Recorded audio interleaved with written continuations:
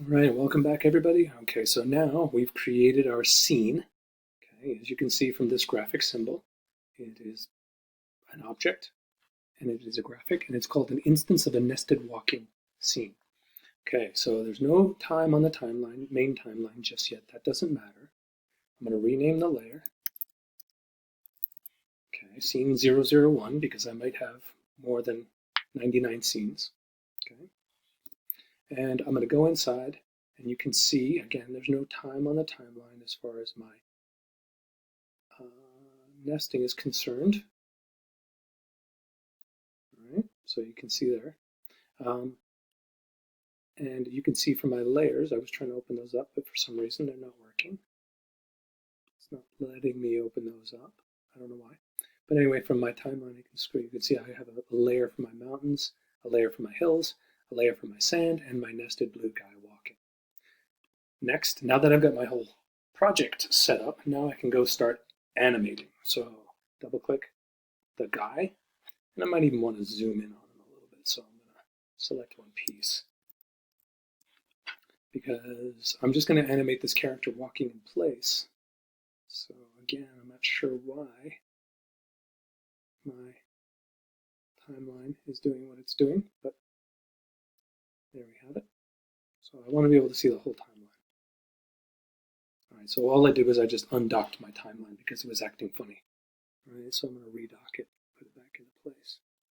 All right, that's better. And I might take this down just a touch. There we go. That's nice. Gives me plenty of time to see. All right, so now what I'm going to do is I'm just going to create my basic walk cycle. We've been doing like 1 second walk cycles, so I think I'm going to stick to that.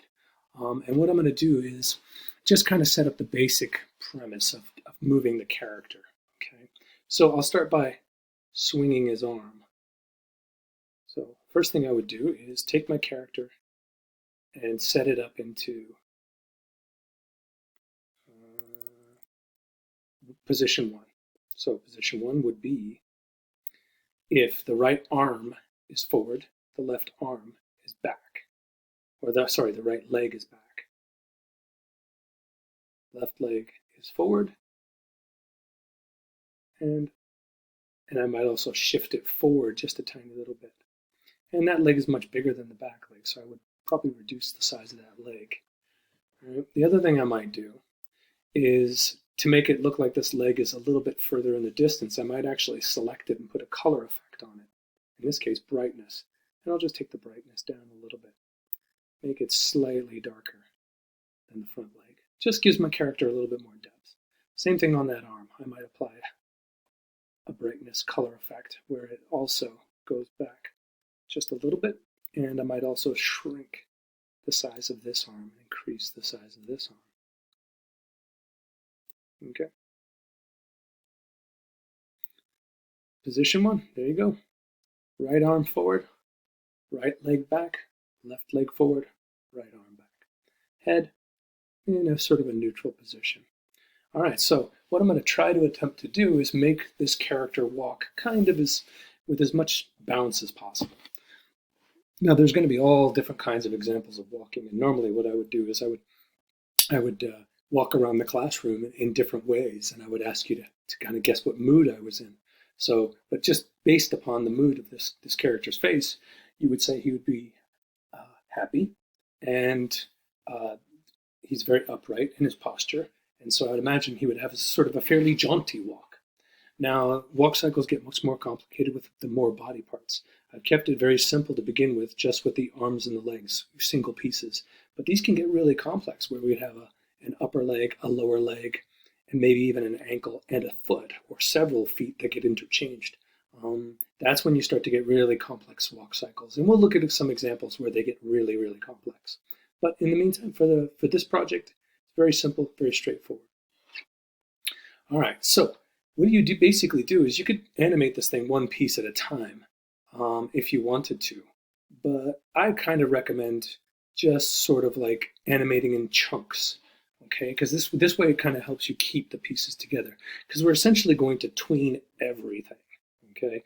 We're not going to necessarily keyframe anything right now. If we were going to add like hair or a tail or something like that, we could keyframe that after we get the basic motion done.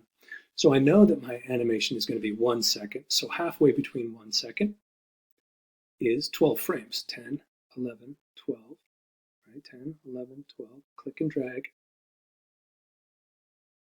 every frame and add a keyframe. Okay, so now here is where we would modify the body parts. So they're going to basically swing. And what I want to have happen is I want this leg to swing back. Okay. This leg to swing forward. And maybe move forward a little bit. And this one moves back a little bit. Okay. And the same thing with this one. The left arm is going to swing forward and maybe move forward just a little bit. And that arm is going to swing backwards and maybe move back just, whoops, sorry. And maybe just move back just a little bit. Okay. Highlight all the frames. So click that layer and then shift click this layer. That highlights everything. Right click, create the classic tween. Whoops, it didn't do it. Sorry, do it again. Let's try it again. There we go. Okay. So actually, this is the midpoint of our cycle where our character is actually kind of going to hit the ground. So I'll add another column of keyframes here. Okay.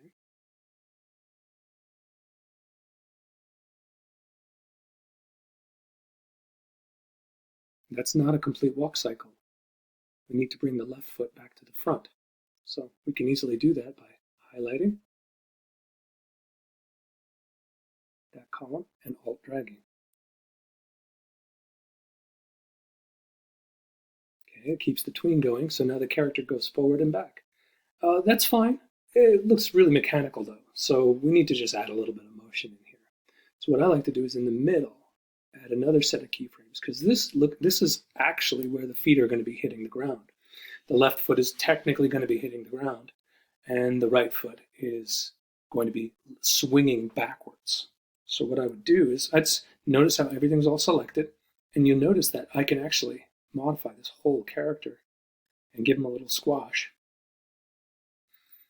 Lean him forward just a little bit. Okay.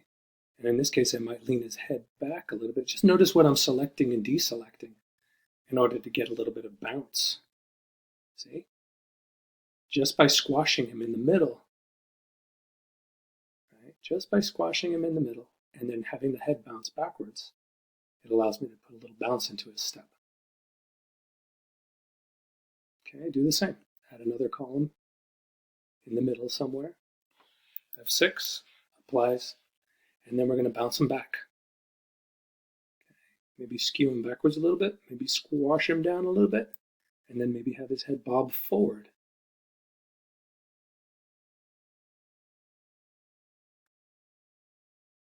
It's still a bit mechanical, but not bad. It would look better if I had multiple body parts and stuff.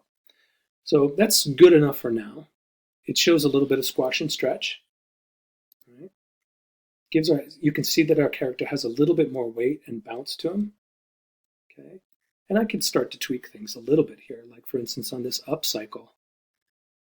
Right here on this up cycle, I could just take the head and maybe even separate it from the body. How's that? Whoa, so it appears that the head is not necessarily attached.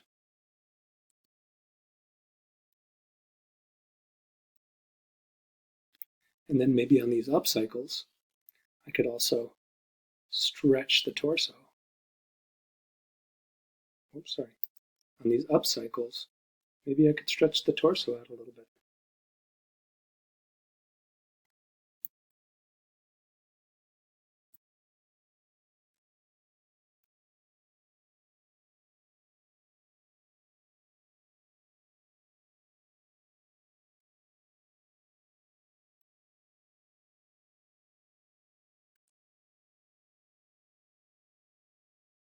Okay, and then maybe in the middle I can make the torso wider. Stretch it out a bit. Same on this one. Stretch it out. And so this is how you can get some fairly. And then of course it'd be a lot more natural if basically the arms were in multiple pieces, the legs were in multiple pieces. You could get a lot more dynamic motion. But this is just a really, really basic one. Basic cycle, ends in the same place it started, so it'll loop nicely. Okay, there you go. In the next video, we will next add animation to our scene. So we would come outside of the nested blue guy into the nested scene area, where we would, in this timeline, okay, we would animate our character moving from right to left, and then we would animate our scenery moving from left to right at different speeds. We'll do that in the next video.